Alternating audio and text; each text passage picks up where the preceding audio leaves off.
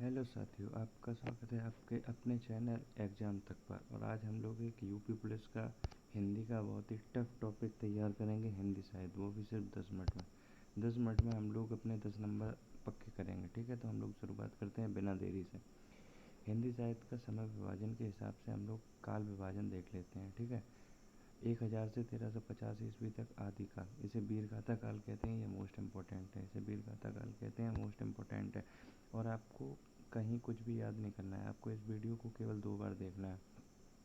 1350 से 1650 ईस्वी तक पूर्व मध्यकाल, जिसे भक्ति काल कहते हैं, स्वर्ण युग बोला जाता है। ये 1650 से 1850 ईस्वी तक उत्तर मध्यकाल, इसे रीतिकाल भी बोलते हैं। 1850 से अब तक आधुनिक काल, ये 6 भागों में बांटा गया है। ये गद्य काल भी है और इसे भारतेंदु युग कहते हैं। भारतेंदु युग या आधुनिक काल दोनों एक ही है और इन्हें 6 भागों में बांटा गया है, ठीक है। अब कुछ इम्पोर्टेंट फैक्ट देख लेते हैं जो सीधे सीधे क्वेश्चन मिल जाते हैं, क्योंकि यूपी पुलिस का बहुत टफ नहीं आता है, सीधे सीधे पूछा जाता है। आदिकाल वीरगाथा काल के प्रमुख कवि, बहुत ज़रूरी है क्योंकि सीधा पूछ लेते हैं इनमें से आदिकाल के कौन से कवि हैं। तो मुख्य 5 कवि हैं, ये आप याद करें। अमीर खुसरो खड़ी बोली के पहले कवि हैं। नजर हिंद इन्होंने लिखी है, ठीक है। चंद्रबरदाई आदिकाल के सर्वश्रेष्ठ कवि, इन्होंने पृथ्वीराज रासो लिखा है, हिंदी का पहला उपन्यास है। विद्यापति, इन्हें मैथिल कोकिल भी कहते हैं, ये याद रखना, ये प्रीवियस ईयर क्वेश्चन है। विद्यापति को मैथिल कोकिल कहते हैं। इसके बाद जगनेक परमाल रासो, इनकी बहुत फेमस कविता है। इसके बाद नरपति नार बीसल देव रासो, ये पूछ लिया जाता है, नरपति नार का पूछा जाता है, इनमें से आदिकाल के कौन से कवि हैं। ऑप्शन आपको मिल जाएगा नरपति नार। अब भक्ति काल के प्रमुख कवि व कृतियाँ। सूरदास, देखिए भक्ति में कौन लीन थे, सूरदास, तुलसीदास, कबीरदास, ये भक्ति में लीन थे, तो ऐसे आप याद रखेंगे। सूरदास का जन्म पूछ लेते हैं यूपी के नखता में। उसके बाद ये वात्सल्य रस के जनक हैं, वात्सल्य रस के कवि हैं। पूछा जाता है कि सूरदास कुछ किस रस के कवि हैं, तो वात्सल्य रस के कवि हैं। सूरसागर, सूररस, सारावली, साहित्य लहरी, इनकी प्रमुख कविताएँ हैं, रचनाएँ हैं। उसके बाद तुलसीदास का जन्म राजापुर, ये प्रीवियस ईयर क्वेश्चन है। दुआवली, कवितावली, गीतावली, श्री कृष्ण गीतावली, रामचरितमानस का ये पूछते हैं कि किस भाषा में, ये अवधी भाषा में, ठीक है। रामलला है, विनय पत्रिका पूछते हैं, ठीक है। हनुमान चालीसा, पार्वती मंगल, जानकी मंगल, ये तुलसीदास की हैं।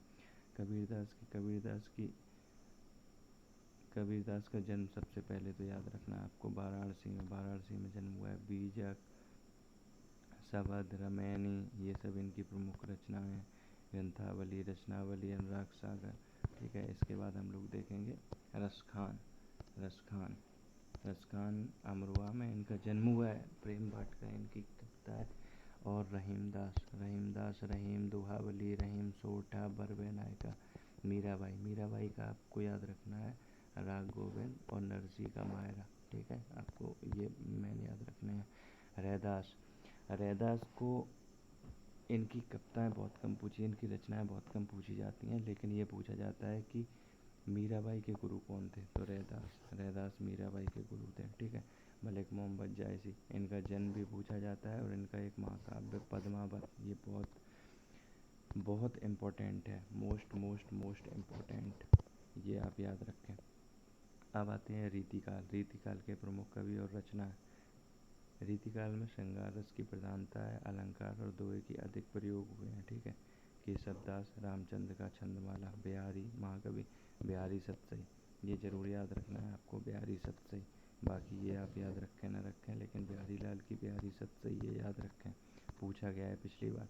घनानंद इतने इम्पोर्टेंट नहीं है। पद्माकर रीतिकाल के कवि हैं, केवल आपको ये याद रखना है। भूषण की ये सेवा भावनी बहुत इम्पोर्टेंट है, वीर रस के कवि हैं ये भूषण, इनकी याद रखनी है आपको, सेवा भावनी। भिखारी दास, इनकी 7 कृतियाँ हैं। सेनापति ऋतुवर्णन, सेनापति मोस्ट ज़्यादा इम्पोर्टेंट नहीं है, तो आपको बहुत ज़्यादा ध्यान नहीं देना है, ठीक है। इसके बाद अब हम लोग चलते हैं आधुनिक काल को जो 6 भागों में बांटा गया है, अब हम लोग उस पर चलते हैं।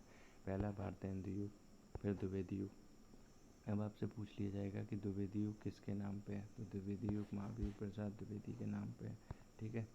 इसके बाद छायावादी कवि पूछे जाते हैं आपसे, महादेवी वर्मा, जयशंकर प्रसाद। अब प्रगतिवादी योग, प्रयोगवादी योग, नई कविता, तो ये आपको देख लेने हैं। प्रगतिवादी में सुमित्रानंदन पंत, रामधारी सिंह दिनकर, नागार्जुन, केदारनाथ अग्रवाल। ठीक है, ये आपको मैं बिल्कुल टॉपिक लेके आया हूँ ऐसे जो आपको मोस्ट इम्पोर्टेंट है, इससे आगे आपको कुछ नहीं आना है। तो अब इम्पोर्टेंट फैक्ट देखते हैं, महत्वपूर्ण तथ्य। हिंदी के प्रथम गद्यकार लल्लू लाल। हिंदी साहित्य इतिहास के पहले कवि गारसा दत्तासी। ये आपको इम्पोर्टेंट याद रखना है, गारसा दत्तासी। ठीक है, इसके बाद आते हैं अब तक 10 फिल्म लेखकों को हिंदी लेखकों को, माफ़ कीजिएगा, हिंदी लेखकों को ज्ञानपीठ पुरस्कार मिला है। 1968 में पहला चिदम्बरा के लिए मिला था सुमित्रानंदन पंत को। और याद रखें आप, ज्ञानपीठ शुरुआत कब हुई थी? पहला ज्ञानपीठ मिला था जी शंकर कुरूप को मलयालम के लिए, ये आपको याद रखना है। ये मलयालम के लिए भले ही है, लेकिन पहला है इसलिए आपको याद रखना है। और हिंदी में पहला मिला है सुमित्रानंदन पंत को 1968 में। उसके बाद रामधारी सिंह दिनकर को 1972 में। उसके बाद अज्ञे जी को 1900 ये इम्पोर्टेंट डेट इतनी नहीं है, 78 में मिला है। और उसके बाद महादेवी वर्मा को 82 में। 1982 के बाद ये संपूर्ण साहित्य के लिए मिलने लगा है, ये फिर एक रचना के लिए नहीं मिलता था। तो महादेवी वर्मा को मिला है, मोस्ट इम्पोर्टेंट है, 1982 में। उसके बाद नरेश मेहता को मिला है। उसके बाद निर्मल वर्मा को 1999 में, कुंवर नारायण को 2005 में, श्रीलाल शुक्ल को 2009 में।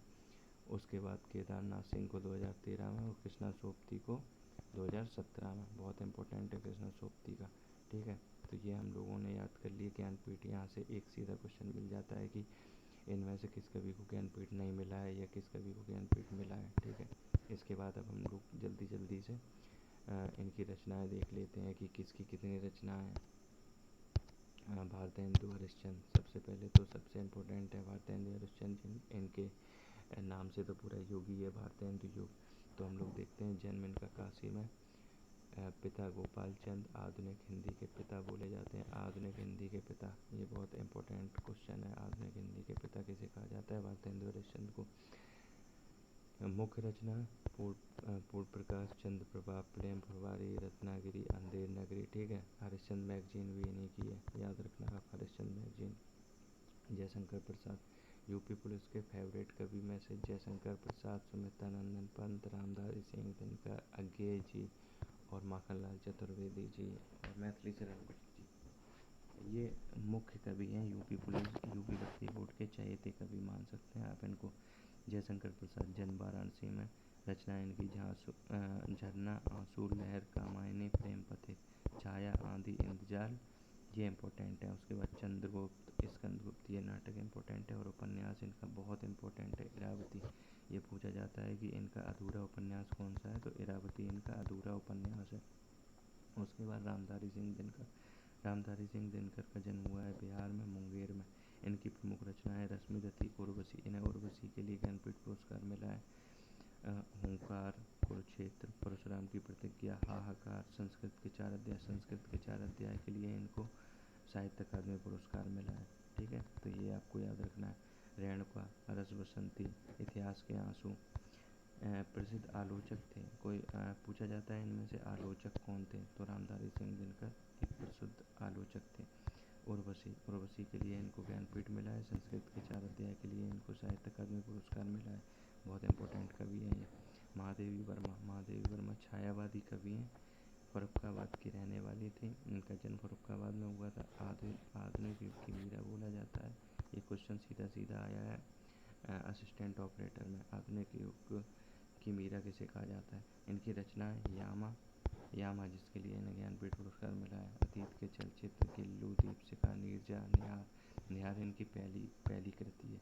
पूछा जाए महादेवी वर्मा की पहली कृति कौन सी है, तो निहार। रश्मि, मेरा परिवार, सांझ गीत। यामा के लिए इन्हें ज्ञानपीठ पुरस्कार मिला था और पद्म भूषण पुरस्कार से सम्मानित हैं मरणोपरांत 1988 में। अब आते हैं सुमित्रानंदन पंत। तो आप याद रखेंगे उत्तराखंड के हैं ये, ऋषभ पंत उत्तराखंड के, सुमित्रानंदन पंत भी उत्तराखंड के। मृत्यु इनकी इलाहाबाद में हुई है।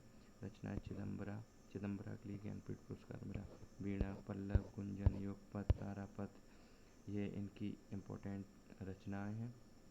इसके अलावा एन चिदम्बरा के लिए 1968 में ज्ञानपीठ पुरस्कार मिला। कला और बूढ़ा चांद के लिए 1960 में साहित्य अकादमी पुरस्कार से सम्मानित किया गया स्मितानंद पंत को।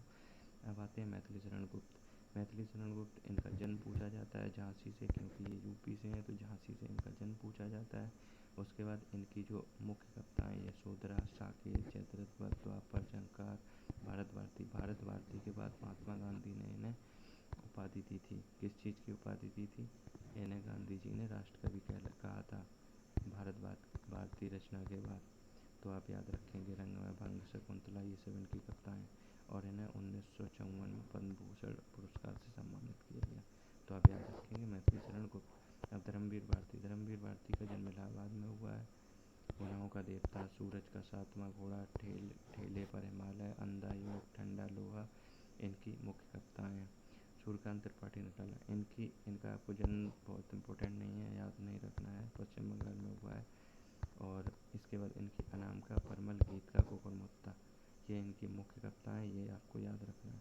इसके बाद हजारी प्रसाद द्विवेदी। हजारी प्रसाद द्विवेदी का जन्म बलिया में हुआ है। अशोक के फूल, सूर साहित्य और इनका आलोक पर्व को साहित्य अकादमी पुरस्कार मिला है। तो हजारी प्रसाद द्विवेदी का आलोक पर्व आपको याद रखना है।